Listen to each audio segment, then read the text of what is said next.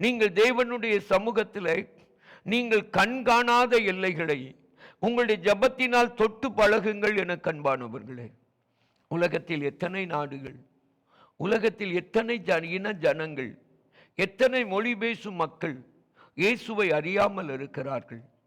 வெளிப்படுத்தின விசேஷம் சொல்லுகிறது, பரலோக காட்சியை கண்ட யோவான் சொல்லுகிறார், உலகத்தில் உள்ள சகல கோத்திரத்தாரும், சகல பாஷைக்காரரும், சகல தேசத்தாரும், சகல ஜாதிகளும் இயேசுவுக்கு முன்பாக நிற்கிறதை கண்டதாக. அந்த சகல கோத்திரத்தாரும், சகல ஜாதியாரும், சகல அந்த ஜனமும் இயேசுவண்டை வருவதற்கு நீங்களும் நானும் எடுக்க வேண்டிய முயற்சி உண்டல்லவா?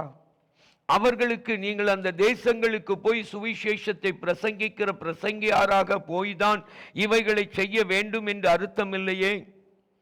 அவர்களை நீங்கள் உங்கள் ஜபத்தினால் தொடலாமே.